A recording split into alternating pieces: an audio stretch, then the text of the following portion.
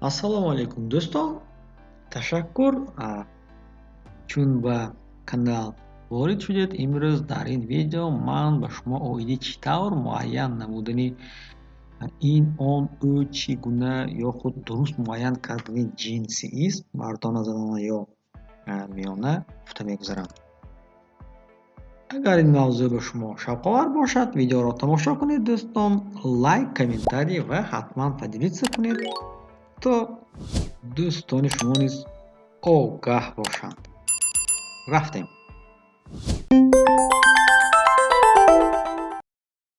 Инак дӯстон, оиди ин мавзӯъ мо қаблан дар дигар видео суҳбат карда будем.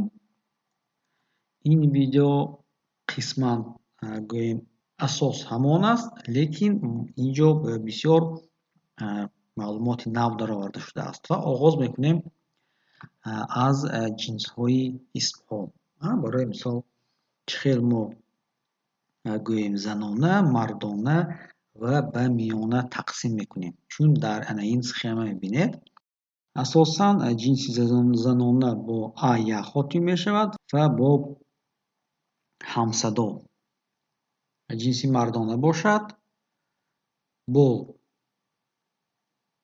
ҳамсадо тамом мешавад ва баъзан а-я дар охири калима дида мешавад.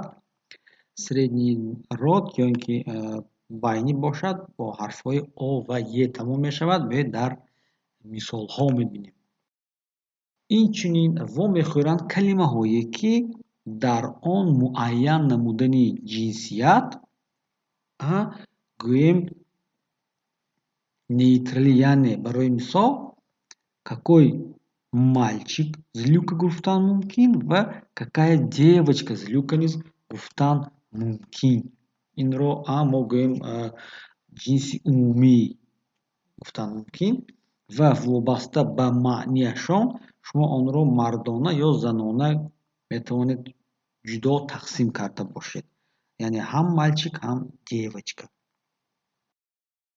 Умуман мо агар гӯем ки ҷинсро муайян кардан осон аст, мисол женский род, мисол мозоль, вуаль, туфля, мужской род, тюль, лебедь, шампунь, средний род, какао, повидло.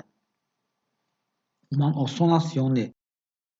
Инҷо бояд дар хотир доред ки дӯстон, ду калимаи французӣ, яъне ин какао ва кофе истифода кардан мумкин ҳам дар занона, ҳам дар мардона. Ва ҳатто агар мо ароматное какао гӯем, ин ҷинси миёна мешавад. Агар дар забони русии муосир, гӯем ҳозира, худи кофе ин дар асл ҷинси мардона аст. Лекин метавонем баъзан ин калимаро, яъне калимаи коферо чун ҷинси миёна, мисол сгущённое кофе с молоком истифода кунем. Андак муҷмал бошад дӯстон, ҳеҷ гап не, метавонед дарси гузаштаро оиди ҷинсҳо дида бошед. Онҷо маълумот бештар омадааст ва ба ин дарс омада маълумоти бештар гирифта метавонед ва албатта ҳама ин бо муошират албатта пурра карда мешавад. Умуман агар мо ин мавзӯъро хулосабардорӣ кунем, ҷинси исмҳо ба ғайри ҳарфҳои охир бо дигар элементҳо низ фарқият мешавад. Яъне ҷинси гӯем исм бо ин нишона метавонед фарқ кунед. Мисол шаклҳои сифат, мисол большой стол, красная ручка, широкое окно. Инчунин бо шаклҳои феъл мальчик читал книгу, девочка изучала язык. Яъне мальчик читал, агар девочка бошад читала. Девочка изучала, агар инҷо мальчик бошад, мальчик изучал язык мешавад. Чӣ хеле ки мо дар боло ин мисолро дида будем. Инчунин баъзан мешавад ки муайян кардани ҷинс душвор мешавад. Ба мисоли ин исмҳо: толь, тюль, ботинок, табель, занавес, خب به این نیز باید اهمیت داد. این همش جنسی مردانه. خب тюль, ботинок, рояль, сантор این مردانه. باندرول, بکینبارد, توفله, تапка این جنسی زنانه می شود. полотенце, повидло, чучело این جنسی میانه می شود. این کلمه ها را دوستان در خاطر دارید و وقتی تلفظ به این اهمیت دهید که اگر شما نادرست گویید البته این خطاگی حسابیده می شود. بیاید اندک مشق میکنیم. برای مثال انا اینجا мужской و женский род. мужской و женский род اگر اهمیت دهیم мужской род بیک می شود. женский род باشد چی؟ بچیخه. نه دوستان. женский род زنان алака می شود корова. петух петушиха نمی شود. петух курица می شود در جنسی زنانه. баран مردانه زنانش نه баран بلکه овца می شود.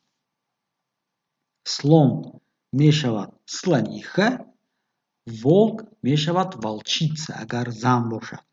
یعنی گرگی ماده. стул باشد табуретка می شود.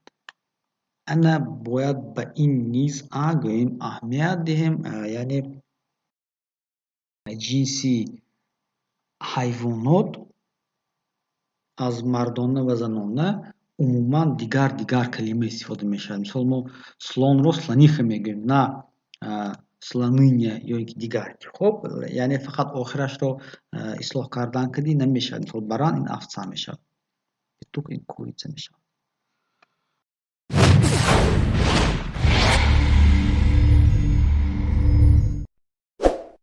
دوستان انا این بود امروز موضوع ما. شرح و کامنتاری رو البته میتوانید گذارید تا در اساس اون ویدیو درس های نو براتون پیشکش کرده باشم. اینک موفق و سلامت تا ویدیوهای آینده در پناه خدا باشید دوستان.